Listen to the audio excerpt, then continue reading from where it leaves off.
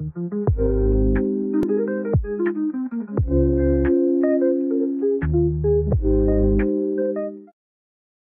right, everybody, welcome to the Brass Tacks Business Podcast. I couldn't be more excited to have the one and only McKenna Lubinski on today. Thank you, McKenna, for being on. Absolutely. Thank you for having me. Just a little info about McKenna. She is someone who defines what it means to live and breathe performance. Since 2015, McKenna has been coaching, training, and transforming lives. She has a degree in exercise science and nutrition from Ashland University. She started her journey as a performance coach, helping athletes sharpen their footwork, build explosiveness, and level up their game on and off the field. But McKenna didn't stop there. After dominating on the diamond as a collegiate softball player, she made a pivot into the world of bodybuilding, both as a competitor and a coach. Her passion now is for empowering women, not just to get fit, but to reclaim their confidence. And she now specializes in postpartum and weight loss for moms. So she doesn't just train bodies, she transforms minds. Please welcome to the podcast the powerhouse coach, the goal slayer, the belief builder, McKenna Lubinski. Welcome, Wow. McKenna. What an intro. What an intro. You're going to have to give that to me. I'm going to have to put it in my bio. Man, that's solid. Yes. Yeah, So, thanks for having me. Wonderful. Thank you for being on. And yeah, first, McKenna, I'd just love to hear, you've got a very detailed background in athletics and sports. And obviously now you're focusing more on moms, which totally makes sense. Tell us a little bit about yourself, just kind of growing up and how you became to be who you are today. Yeah, so man, we can go all the way back, but as a kid, it's funny, I just made a post about this not too long ago of I was always the big kid, right? So I'm tall, I'm 7. I haven't, grown since my freshman year of high school. So I've always been the tall girl, and it really has like shaped me to who I am today, right? Obviously through athletics, but I also struggled with like my weight. I struggled with insecurities around it. And I didn't really realize I struggled with that probably until I became an adult. But I always had a passion for really like driving my body into the ground. Like I loved competitiveness. I loved doing those things. And so I was an athlete really early on. And that became, what I wanted to be passionate about. I remember doing the training and I was like, how can I do this for a living? Like at the age of like 14, I was like, I want to do this.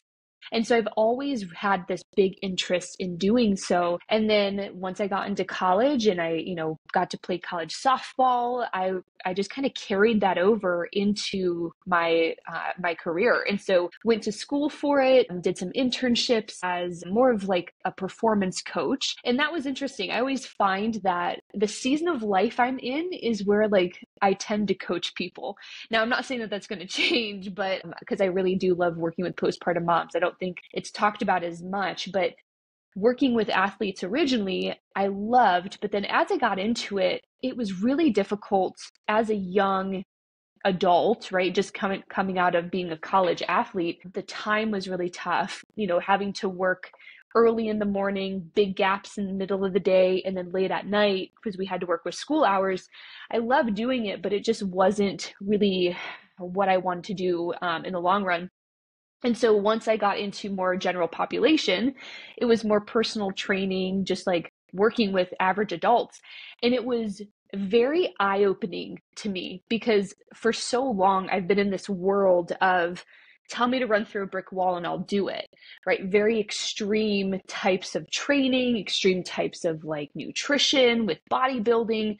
So now going into the general population, it was so bizarre to me where I was like, what do you mean you can't eat a good diet? What do you mean you can't work out? Like, what do you mean? Like, why is that a struggle? And so I had to kind of humble myself as a coach and really understand like, oh, these people really do struggle because they came from a different background. They came from a different, environment, right? And so that really opened my eyes, and it was like a very humbling experience because now I understand why so many Americans are overweight and why so many people do struggle. And so it was super eye-opening to me when I started working with these people and I noticed, oh, there's a big need here. And so once I kind of got into that, right, that's where doors started opening. Obviously, and I don't think the audience knows, but you and I work together, right? So me and Dr. Keith worked together for almost 3 years, I believe. And that was a really awesome experience because again, I got to be in more of like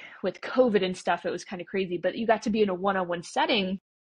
And again, you're seeing all of these patients who struggle with inflammation.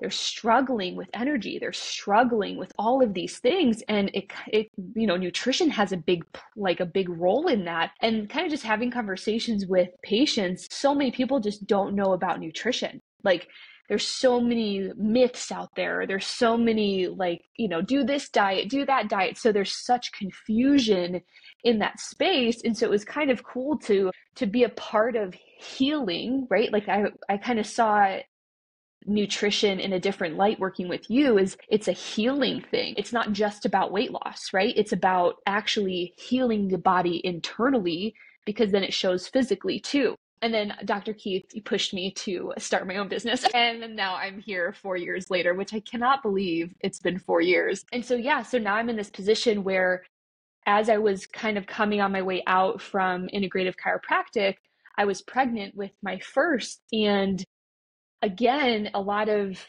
eye-opening situations of like, you don't really know what you don't know, right? So I had to kind of live through certain experiences of like, oh, pregnancy is very different, right? Postpartum then is very different.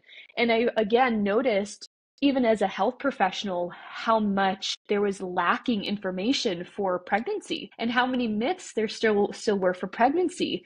What kind of nutrition is appropriate? Can you still work out? Can you lift? Can you, like, so many questions. Is it safe?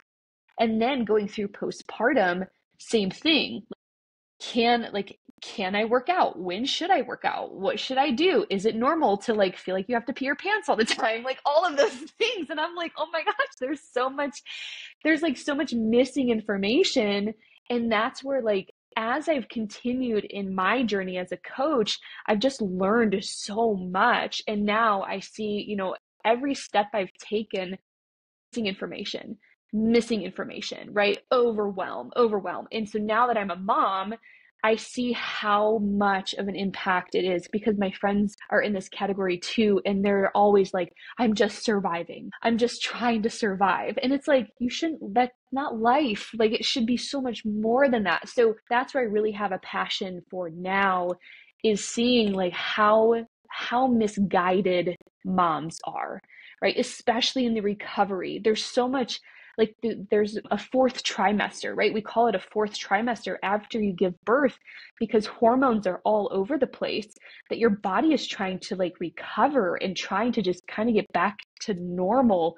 But even beyond that, it takes like 2 years for the body to get back to normal. So a lot of these women think, okay, I had a baby, now I can get back to my pre-pregnancy clothes. And it's like, it doesn't work like that. It doesn't work like that. What you could do like pre-kids, very different to what you like can do or are capable of after kids. So now going back to like in the origin of all of this, from doing all of these extremes, I was in that camp, but now I see most adults, parents, can't do that because we're working full-time jobs. We have all of these kids. We have to be more efficient. So what's cool with what I have learned is how to be the most efficient with such limited time. And it really doesn't have to be that complicated. So that's kind of where I've been in a nutshell, and kind of walking you through without going too much on a tangent. But it's kind of what's led me to this point, is just going through my own experiences too, and learning along the way of like, wow, like these women are really struggling. Like, I talked to a pelvic floor specialist today, and we talk about it, like any kind of injury or procedure, I shouldn't say injury, any kind of surgery or procedure you have done, you usually have to do PT afterwards. Why isn't that the same after you give birth? It should be the same thing. Like, you should do PT after you give birth. That's crazy that's not a normal thing. And so it's just really crazy how moms postpartum just kind of get overlooked. So that's kind of where I have a big passion for getting moms back into feeling like themselves again, but with grace and not through punishment. So yeah, that's kind of where I've been in the last decade, which is crazy to say. A decade does not feel like it, but it goes by fast. What do you feel, McKenna, you've learned, because you've worked with so many different demographics? So you came from, an athletic background and working in that demographic or that field, for a little bit, and then you worked at Integrative Chiropractic, kind of dealing with people with musculoskeletal injuries, and now working with moms. Are there things that kind of transition between all the different, don't want to say industries because you're helping people the entire way, but do you find common thing or commonalities? Are there things you used as a coach for athletes that you use for your moms or anything like that? Recovery. I think recovery. So, like with athletes, you have to recover. So, it's nutrition focused. It's not always pounding your body into the ground, but how do we recover? In your situation and like your line of work, it's all about healing. It's all about recovering. So, how do we recover in the best way? Are you doing your exercises at home? Or are you just doing them a couple times a week when you see us? Because we know the answer to that when we see you. Or same thing with with moms is they are so focused on like, I gotta lose weight, I gotta lose weight, I gotta lose weight. So they like pound their bodies into the ground and they don't actually recover. So it's a stress issue that I think across the board is pretty solid. Now, athletes, because they're younger, they handle stress a little bit like easier, right? They're not dealing with adult stresses that normal people would kind of deal with. But I would say it's like the recovery piece. Everyone feels like they have to go all out. In reality, like progress is made in the recovery. What with working with athletes, obviously, like you said, the stress, I totally agree with you. Like the if people knew how powerful cortisol was, cortisol is a very powerful hormone. Obviously with athletes, they may be able to deal with it better. What are some techniques or tactics that you have for moms obviously when we're pregnant, we know we have estrogen and progesterone and cortisol and all the different hormones that are fluctuating. And obviously you need a lot of those things, even growth hormone to help the baby grow, depending on the different phase of pregnancy you're in. But what are some things that, if stress is the biggest thing you see across all demographics, what are the things you help your moms deal with stress, whether it's while they're pregnant or postpartum? Yeah, that's a great question. I feel like it's so dependent on each person and each individual. And this is where it goes back to like knowing who you are. I think a lot of the time when you're so wrapped up in being a mom and not getting a break, that you forget what actually brings you joy. So one of the things that we do whenever we run a challenge now is we focus like 10 minutes of self-care. Most moms are like, I just need to like sit outside on my back porch with a book for 10 minutes. And like that fills their cup up. Or other people need to like just go get some fresh air or go get a coffee by themselves. Like it can be the smallest thing, but it goes back to like, what do you enjoy, right? I think that's where it's so dependent on the person. And one exercise I actually have my clients do is an exercise we call the perfect day. So this is where you take like 15 minutes either in the morning or at night where you have no interruptions, and you just like either pen to paper or you get your laptop out and you start thinking about what would a perfect day look like from the time I wake up to the time I go to bed. How do you feel? What's like your energy of the day? What are you doing to relax? And then that starts to uncover some things that like might be missing, right? So like for example, for me, one way that I can de-stress is first thing in the morning, not looking at my phone, but like going downstairs, grabbing a cup of coffee and reading some scripture first thing. That starts my day on a really good note. And now I feel more relaxed and capable of doing harder things or chaotic things, right? I feel like my mindset's in a better spot. So everyone's different in that. I think it just kind of depends on the person and what actually brings you like joy and happiness throughout the day. And then with nutrition wise, so you've got some good tips for them to help with the stress. What type of nutrition can you recommend for athletes that you used to coach with versus moms now that have just had a baby? Yeah. What does that kind of look like versus just the everyday person who's like, hey, I just want to lose 20? That's a really good question. So when we're talking about athletes, the biggest thing that we want to focus on is, so you have to think of whether you're in season or out of season, right? So off season versus in season, or you have preseason. So you want to surround your nutrition around your either workout, your game, whatever that looks like, practice, right? All of those things. So what does nutrition look surrounding that? Because we need to fuel for that workout, but then we also need to recover for the afterwards of that. So in athletes, it's a lot of like your activity fueling. Obviously, it matters throughout the day as well, but I would say that's like the biggest thing we want to focus on when it comes to athletes. Now, postpartum, this is where, especially freshly postpartum, with your hormones going all over the place, you're breastfeeding, right? So you have the milk supply, estrogen usually dips. So we want to make sure, how do we balance that? So when it comes to postpartum, this is where like making sure you have a plan postpartum to be cared for. So whether that's with your spouse, whether that's with family, friends, but like you should not be doing any of the workload. Like you should have somebody else do that and make sure your diet is high in protein. It also has good like micronutrients. So that's like your fruits and veggies, just to help with the healing process. Because with athletes and even postpartum, you're dealing with inflammation. So now we have inflammation that we want to reduce. Well, for postpartum, that's like the biggest thing is we're trying to just recover. So how do we have good whole nutrition without, we don't want to be eating pizza every night and then feeling like crap, right? We want to actually heal the body, and we do that through, I always think of like when you shop at the grocery store, you're shopping on the parameter of the store, right? So if you can kind of have that mindset, then you're in a good spot. Or thinking of it as a way of having color to your plate.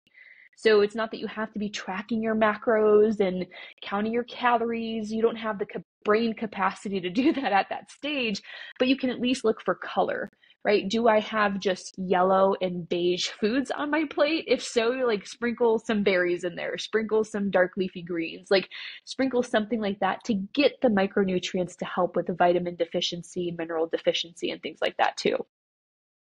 Do you notice differences between moms who are having their first kid versus their second or the third kid? Yeah. I would say the first kid, it's so funny because I'm pregnant with the second, and I'm curious on how this is going to go because you have a whole nother human to take care of, right? And I think too, like, this might sound harsh, but family members tend to really care for you when you have your first baby. Not saying that they don't care for you for the second, but they're like, you got it. We don't have to be here that long. And so you're kind of like thrown into the fire a little bit more. But I also think too, you build confidence with each baby that you have. So now you're not as like, I know that's the case for me. Like now I kind of know what to expect, right? Like I kind of know, okay, this is how the newborn stage is going to go. I know that like, it's okay to like feed your baby in public. If, don't be like ashamed by that type of thing, still get out. But yeah, I think that there's like a confidence level and like, okay, I know what I'm doing, but at the same time, there strikes that overwhelm and anxiety at the same time. So it's kind of like a give and take type of a situation. So I think most moms feel like it's not a big deal. Like they're not as much of a germaphobe, I would say, like second time around or third time around. They're kind of like, oh yeah, rub some, just rinse it off versus like sanitizing it for 10 minutes type of thing. I think that's a little less it's a little less, what's the word I'm looking for? Like not as uptight, right? So like we're not as uptight, but at the same time, depending, and here's, I think this is a big situation because recently, I shouldn't say recently, I think it's common for people to want to have kids back to back. So where it's like 2 under 2 or something like that. That's where it gets difficult. Because if you have kids so close together, not that that's a bad thing, that's your choice to make, but remember that like it takes 2 years for the body to completely heal. So if we have a baby and then we get pregnant a few months later, your body still hasn't fully recovered from your first pregnancy. So now a lot of things I get from other women who are close to age in their delivery is, oh my gosh, I was able to bounce back with my first, but not my second. Like, yeah, because you didn't allow for time to go in between. So now we're dealing with even more frustration, I think, second time around because it's like, oh my gosh, 2 babies and look at me. I look like a, whatever, fill in the blank. Usually it's not a nice word, but it's one of those things where what they have to understand is that it's just going to take time. And when we live in this like society of like instant results and instant gratification, we get frustrated when we don't bounce back in 12 weeks. So I would say that's probably a big thing too, depending on how close you have your kids back to back. Now, if your clients are having kids like, 2 years apart, after, do they tend to bounce back faster or slower after the second or the third kid because their body gets used to it? Or is their body do they possibly need, more nutrition or more supplementation because their body perhaps is being more depleted? Or have you seen anything like that? Yeah, it's usually a longer process depending on the situation. But what I have found is it's usually a longer process, which again, if you say you had no coaching the first time through, you most likely took your postpartum journey about the wrong way, meaning you probably were slashing your calories, you probably were being really careful with what you ate, and so you weren't fueling your body properly. And so now you're in this position where I wasn't eating enough, right? So I wasn't fueling enough. And then I got pregnant, right? And so now you're like, okay, second time through, how do I, like, there's a lot more confusion. And then you think, okay, that's what I have to do because it worked the first time. But because your body wasn't fully recovered, you have a lot of hormonal issues that are going on or imbalances that are going on. So slashing your calories is actually going to take you about like 5 steps back. And so now it's just going to prolong the time. So what I have multiple women who are postpartum with their second. And one thing that's really hard for them, again, because they didn't get coaching the first time, is when I'm working with them, I really have them focus on just getting strong. Like just focus on getting strong, the body will like work its way back. But because they're like, oh my, they're so uncomfortable that their clothes don't fit, they just want to lose weight, lose weight, lose weight.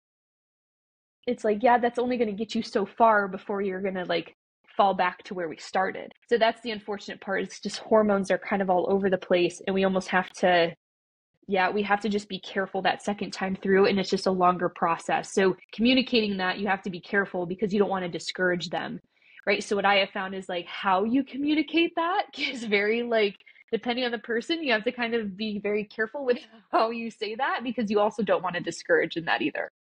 Yeah, and I'm glad you brought that up because there's also, we've talked about nutrition and recovery, but we haven't touched on like the mindset, right? So that's probably the biggest part and maybe the hardest part. I'd love to hear your opinion on just obviously with all the hormones and everything's moms go through. Is that what you find is the trickiest part for your clients? Yeah, mindset is the hardest part. There are some clients who will be 100% compliant the entire time. But if they have 1 week where they don't see progress, it's like, oh my gosh, like I failed. And I'm like, oh my gosh, no, you didn't. Like you have to, I think it's when you work with someone to help you get off of the ledge, it's like, oh, okay, I feel much better. But trying to do that on your own is really tough because we tend to be our own worst critic, right? So we tend to be really hard on ourselves. We tend to beat ourselves up. And so, again, going with women, because we're so sensitive, and that's probably a touchy word, but like we're sensitive to emotions, especially postpartum. Our hormones are all over the place. And you have to, like, in that situation, when you're postpartum, it's very weird. For me, I'll use myself as an example. I never had like a jiggly belly. Like I never had something that like jiggled. And so after I gave birth, because you have like a hard belly with the baby, and then once that baby's gone, you're like, what is this? Like I still have to wear my pregnancy pants, but I'm not pregnant. Like that sucks. And so it feels so weird. And so because you're in all of this, not physical pain, but more emotional pain, like, oh my gosh, I just want to fit back into my clothes. I want to fit back in, that you kind of spiral in like, oh my gosh, how did I let myself get here? And there's a lot of negative self-talk, like so much negative self-talk, like, oh my God, and just picking apart like your body. That's what I notice a lot is when I talk to women, they say so, like they're so mean to themselves and they don't even realize it. And so that's really sad for me because I'm like, you just created this beautiful miracle in your body. You have to give yourself some time. Like just it took you 9, 10 months to make a baby. It's not going to take you 3 months to get it back. Right. So I think having that patience and understanding of like one little thing is better than nothing, right? One little thing of progress is better than where you were last week. So that's what we really try to do is almost creating these small wins because we have to create some kind of momentum. As a mom, especially like a newer mom, energy levels are super low. We're dealing with hormonal shifts. So we're dealing with all of these little things. So we can't really be focused on physical just yet. It's like, how do we have more protein? How do we get one more rep? How do we sleep a little bit better, right? So those types of things, they end up adding up, and then you get to where you want to be eventually.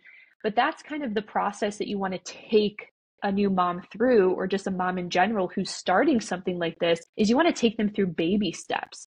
Because I think with moms is we tend to be really overwhelmed. Like we get really overwhelmed. And then once too many things are going on, they're like, oh, I can't do it. I can't do it anymore. And then they just give up. So that's something that I communicate with them. And I think that goes with like working with someone is communication is everything. So I warn them ahead of time. So when they first start, I'm like, listen, you're really excited right now. That's great. It's going to last for about a week. I'm like, after week 3, you're going to be like, why did I do this? You're going to question it. It's okay. That's okay. You're going to run into this hurdle, and then you're going to run into this hurdle. So if I can warn them ahead of time, and then once they get there, they like freak out, and I'm like, hey, but remember when I told you this would happen? They're like, oh yeah. So I have found that that has worked really well with our clients, is when I warn them ahead of time. Hey, you're not hungry? Yeah, you're going to run into that week 3. Hey, you're not this? Yeah, you're going to run into that week 5. Hey, you're going to, so I think having them be forward focused on what's to come helps kind of reduce the stress a little bit and helps them be more prepared. Because I feel like when the mindset thing starts to happen, is it's just overwhelm. It's overwhelm and like sad that their expectations aren't being met. So if we can lay the expectations of like, this is your focus. If you hit this, you won. Great. Now they have a little bit of confidence, and now we can build off of that. So it's so different than going from like, yeah, an athlete where you're like, do this workout, do this. It's like we literally have to like go like one bite at a time through this process. Yeah. And how do you handle or prevent or get your clients out of, a postpartum depression scenario? Obviously hormones are the most powerful thing inside of our bodies, and it is very common. So what are some things that you have for our listeners if, a lot of people talk about it, but are there things that you can do that you can coach them to maybe not prevent it, but lessen it? Or if they are already just feeling like the postpartum depression has hit them, to kind of get them out of that? I personally think it's community. I think it's community and surrounding yourself with people who love you. This is where I know for me, when I became a mom, originally like before I had Landon, I had a really hard time asking for help.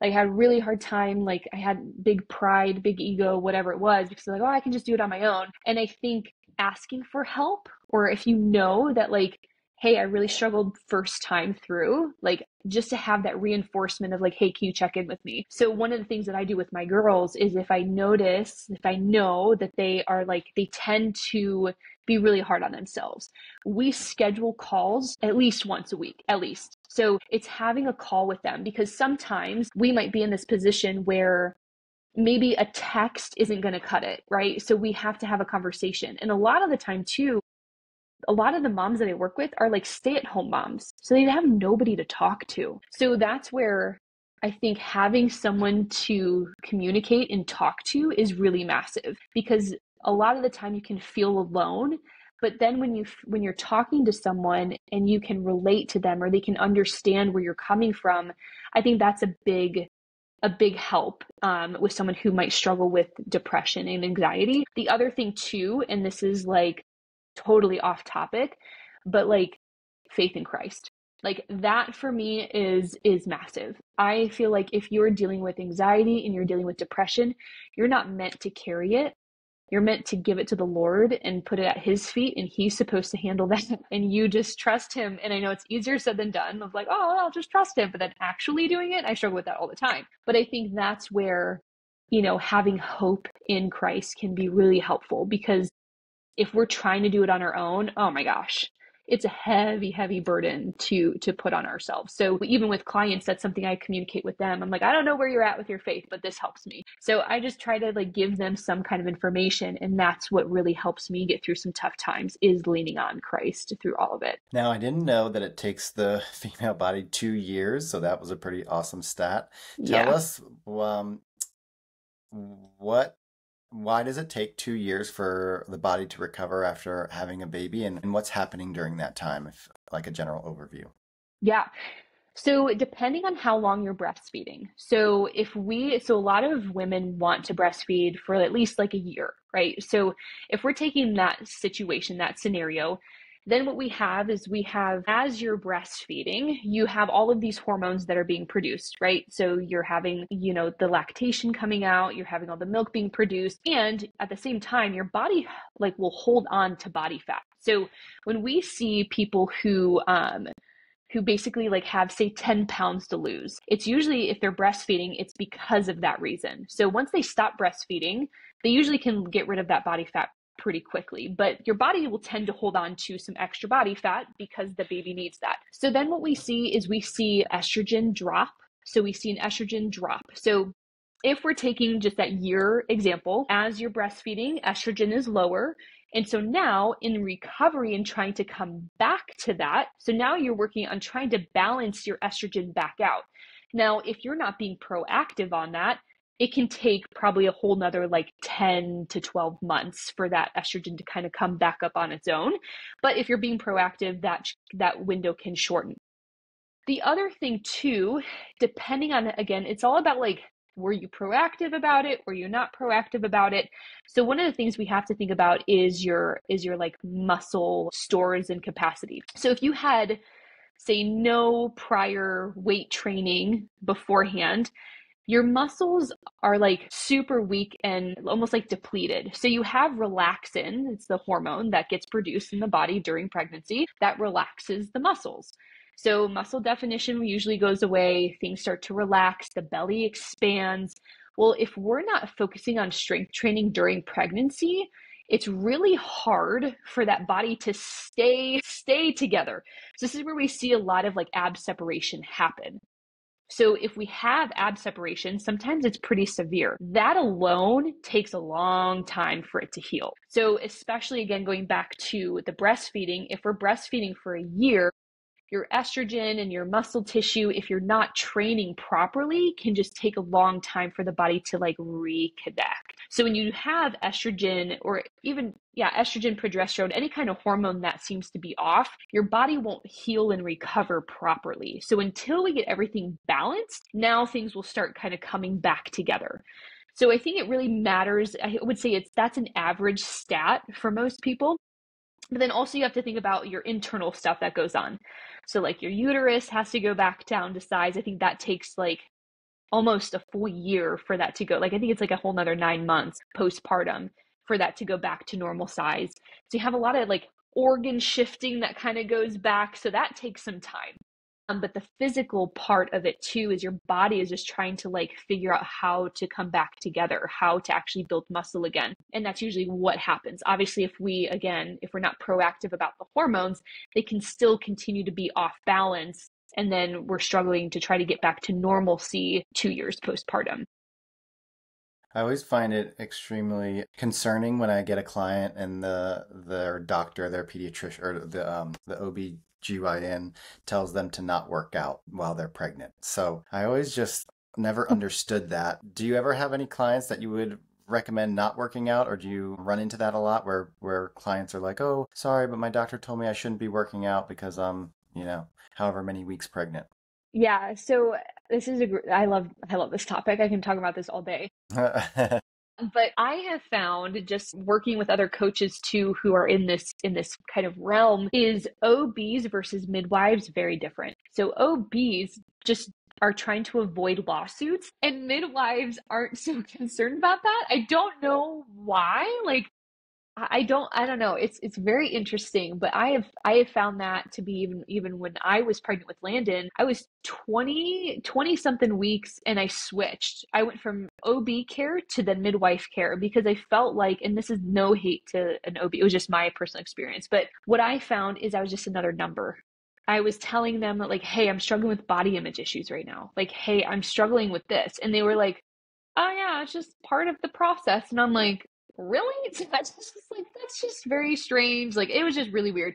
They gave me the same advice. They're like, don't lift anything, 20 pounds or more without even knowing or asking about my history.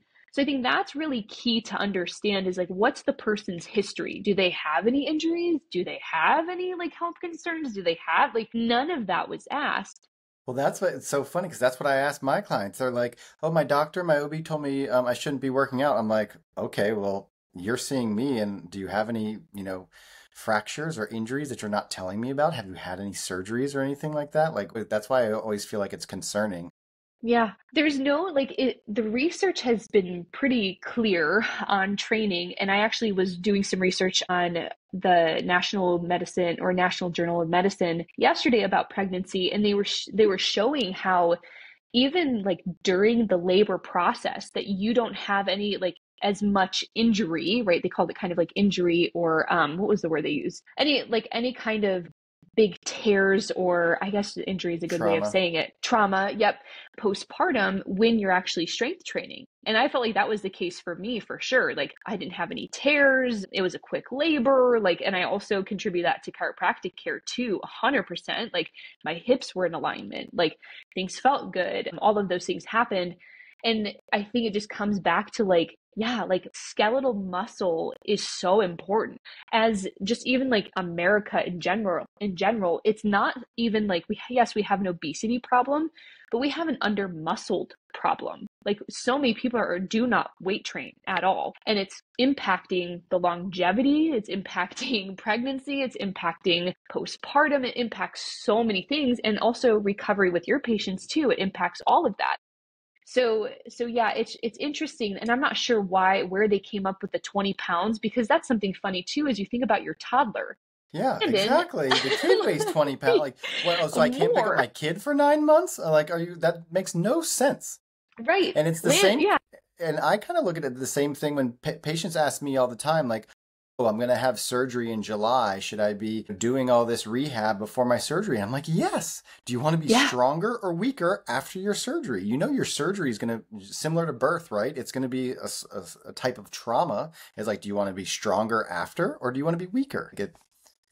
yep, So, yeah. So it is. It's crazy because Landon's 35 pounds, and I'm like, what am I like? Am I just not supposed to pick him up? Like that's crazy. So it is. It doesn't make any sense, but I think it goes back to like risk of injury, right? So if we think about that, I can maybe understand because a lot of people don't know how to lift properly, or they don't know how to engage their core properly, or they don't know how to do those things properly. And so I think they do it just to avoid any kind of injury that could happen, right? Which again, it's weird because midwives will give you the opposite advice. So it's very different, but midwives have more of a holistic approach. They're pretty spot on. Anytime I go and meet with them, I'm like, yeah, these women are amazing. Yeah, very interesting. But if you had been working out prior to getting pregnant, you don't have to change anything. Now you can still lift. You can still like I love going to the gym with my pregnant belly and like deadlifting 225. I'm like, this feels so good.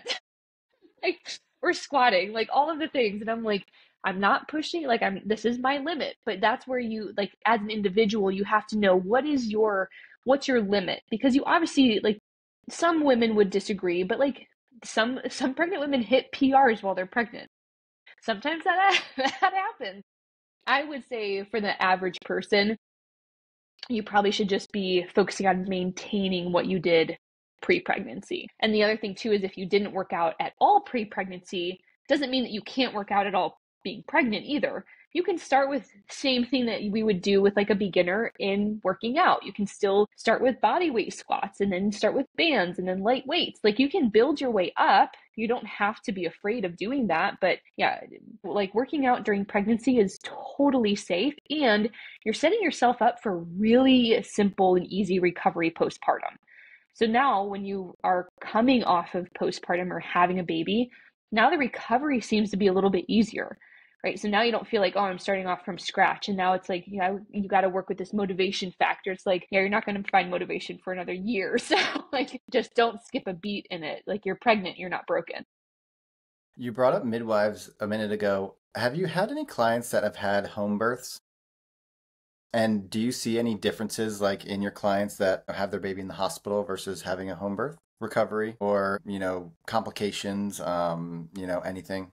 Yeah, so I would almost put the same category in like unmedicated. So even if a home birth, so a home birth is obviously going to be unmedicated. Same thing with like a hospital birth is if they want to do unmedicated, they can. I have found that the recovery process is quicker just because you're in at home births, you got to think like you're in an environment that feels safe, right? So mentally, you feel more relaxed.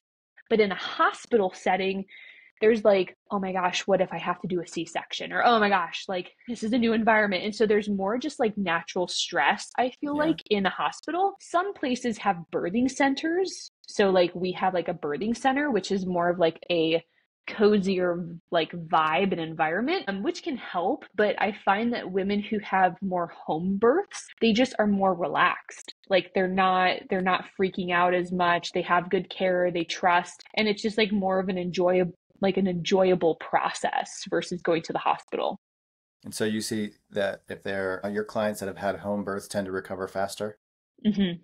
Yep. Okay, Yeah. cool. I think a lot of it has to do with the stress piece of it and just feeling more relaxed. But ultimately, too, it really just depends because in a home birth, you're able to, especially in Virginia, other places are different, but like Virginia, you can't actually give birth in a tub. And being in a tub helps relax. So you just feel a little more at ease. Well, at home, you can do that. You can be in a tub and you feel more relaxed. And so now the chances of you tearing decrease. Now you can switch different positions so you don't tear. So the tearing is usually the issue that we see in a hospital. Like even in my situation, I was like, they say like the worst position to give birth is on your back because that's where you tear, which is crazy.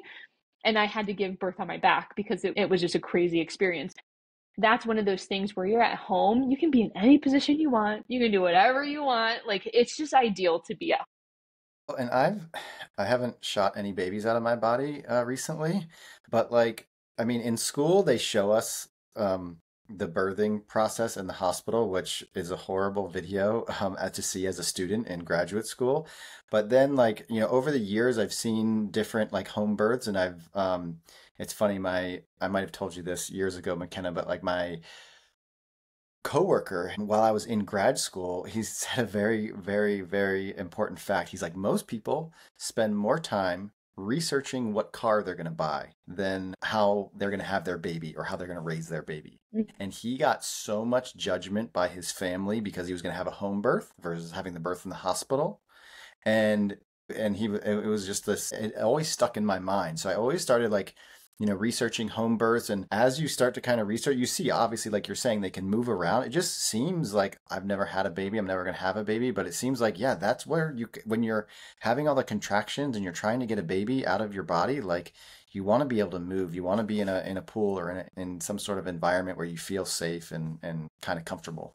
Yeah, the only time that I would see would be maybe a reason to not do a home birth is something that's called like a VBAC. So that would be like a vaginal birth after C-section. So because that just can have extra complications. So unless you have some kind of complication in a sense, like you're pretty good. The other thing too is like doulas. So doulas don't really get talked about a lot, but like doulas are kind of like your birthing coach. So they can help you with like pain management. They can kind of be your support. They can help you get into different positions. And I think having a midwife and doula being at your birth is so awesome because they just know how to take care of you. And at the end of the day, like these are trained professionals. It's not just like your husband trying to catch a baby. Like it's not like they know what they're doing. So I know that there's a lot of concern of like, oh, well, what if the baby gets stuck? Or what if that happens? And it's like they're so trained in it that it's like they're fine. I used to freak out when I would see, because I would watch a lot of birthing videos when I was preparing for Landon to come.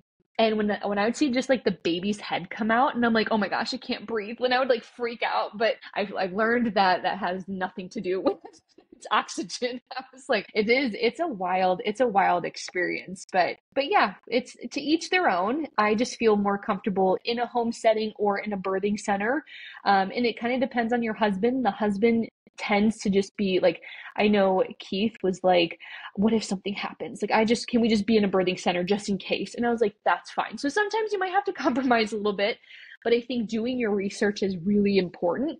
And if you plan to go like unmedicated, definitely do your research. Like, when we're talking about relaxing, like third trimester, that's what you should be doing, is like preparing for labor and like relaxing the muscles down there, fueling your body properly. All of those things matter. And there's an app called the Christian Hypnobirthing app that's just all about breathing techniques, and that can help you too. But yeah, it is really cool if you can really get your whole body to relax. Birth becomes a lot easier and recovery becomes a lot easier to set yourself up for a really successful postpartum journey too. If there's any women listening, McKenna, and they, they're either currently pregnant or they're thinking about getting pregnant, what would be your first step to tell them? What would your advice be to them? If they wanted to come work with you, or if they were worried about, postpartum things happening, what would be kind of your first step of advice? Don't Google. I would say don't Google, because Google will tell you all these crazy things. So when it comes to like wanting to get pregnant, a lot of these like unknowns are going to like cross your mind. It's scary. Like I can confidently say that you're never going to be ready. Like you will never feel ready to like go through this process. It's going to feel like a whirlwind. But what's really cool is seeing like you grow, see the baby grow, watching on the ultrasounds, like your heart just expands. And that's like the best part of being pregnant, is just knowing that you're literally like creating a human. I don't know. It's just like really the coolest thing ever. But then as you're pregnant, what is really cool is like, you're doing all of this preparation.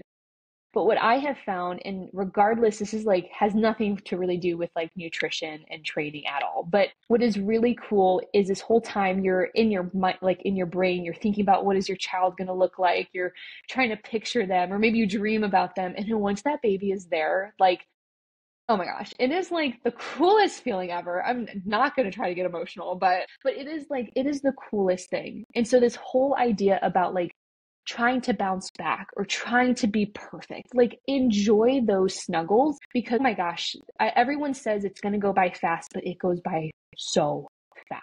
Like it literally goes by so fast. So that newborn stage that can feel really scary, and people are like, "Oh, you'll never sleep," and da da da. Like it is such a beautiful stage too, because they just like what I love is like the snuggles that they still feel like they're in the womb. So you can kind of see like what were they doing inside of you. It's just really cool. So being able to slow down. Postpartum is a time to slow down, because I think for so many women, we're so go, go, go. And what's the next thing to do?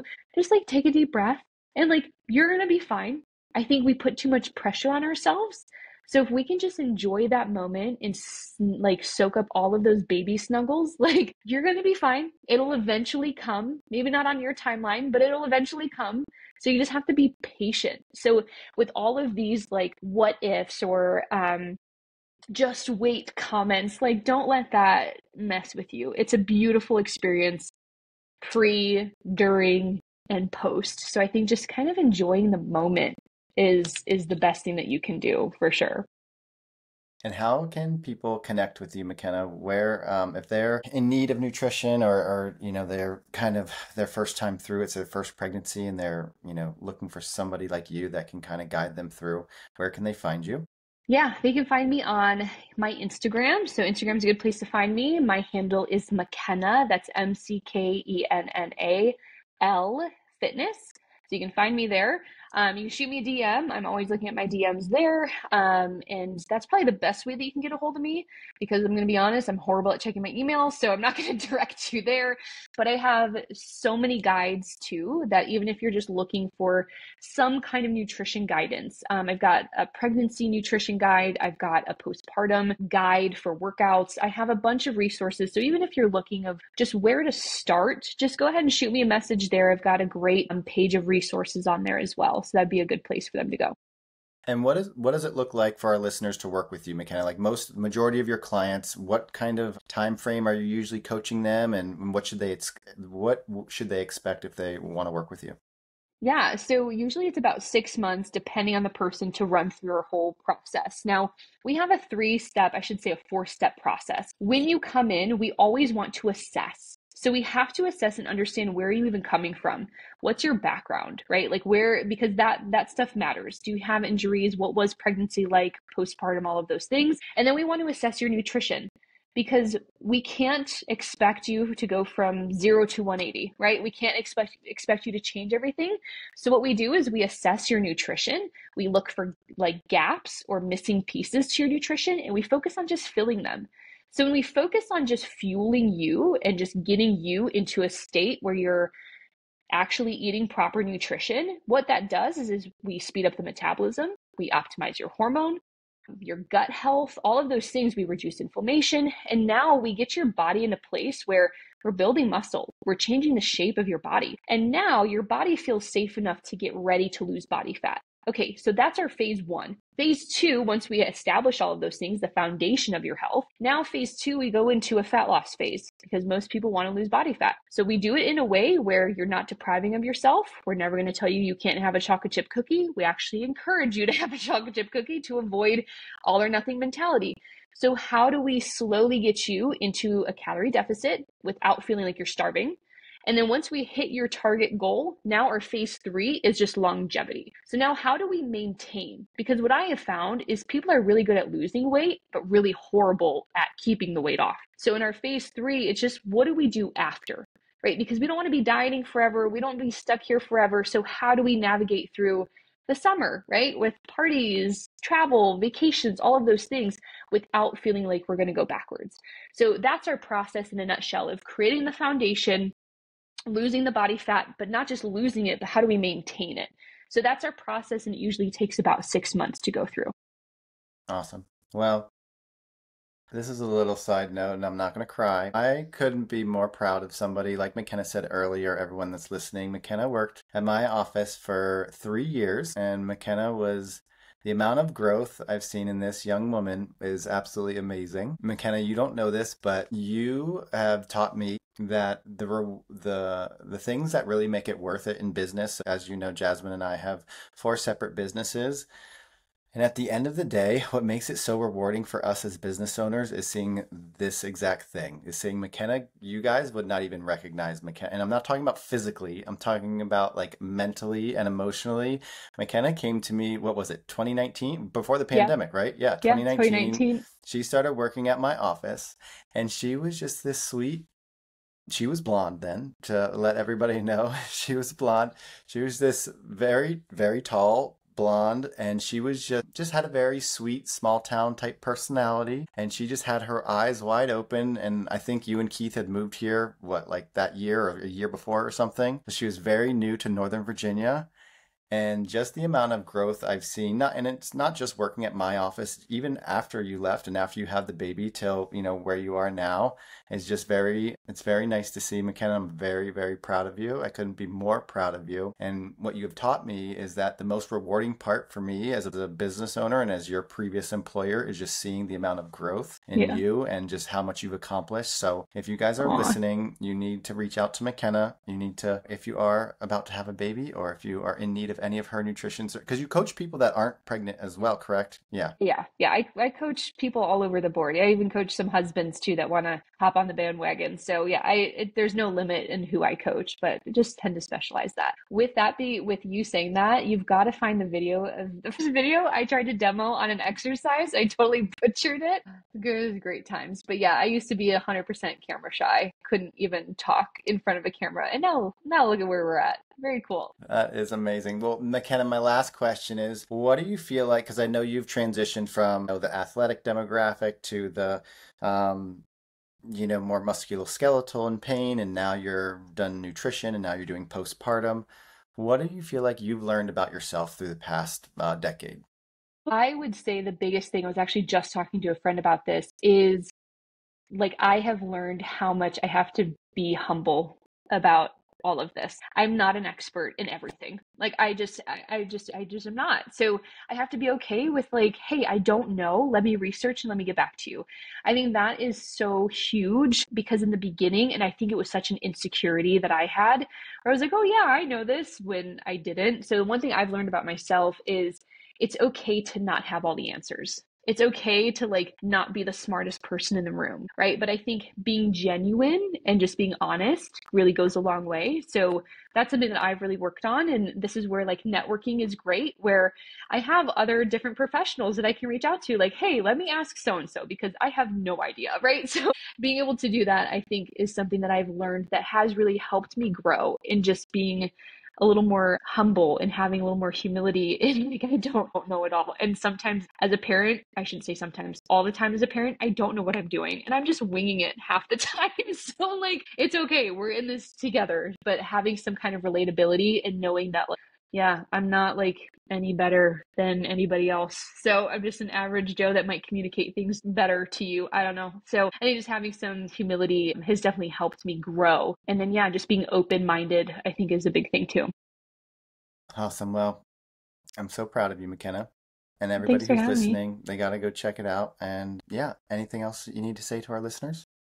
No, I think this was great. Again, thanks for having me on. Yeah, Jasmine wants us to do another one just on the pelvic floor because Jasmine is Okay. obsessed with pelvic floor, and Yeah. I know you touched on it a little bit, but I didn't. I should have asked a couple questions about it, but we can probably schedule another podcast later on in a few months, and we can just have it based just on the pelvic floor and go over all the things pelvic floor. So many things to cover. Yeah, absolutely. I'd always be open to it. So thanks for having me again, Dr. Keith, Yeah, and we'll talk soon. sounds good. Have a good one. Thanks, you too.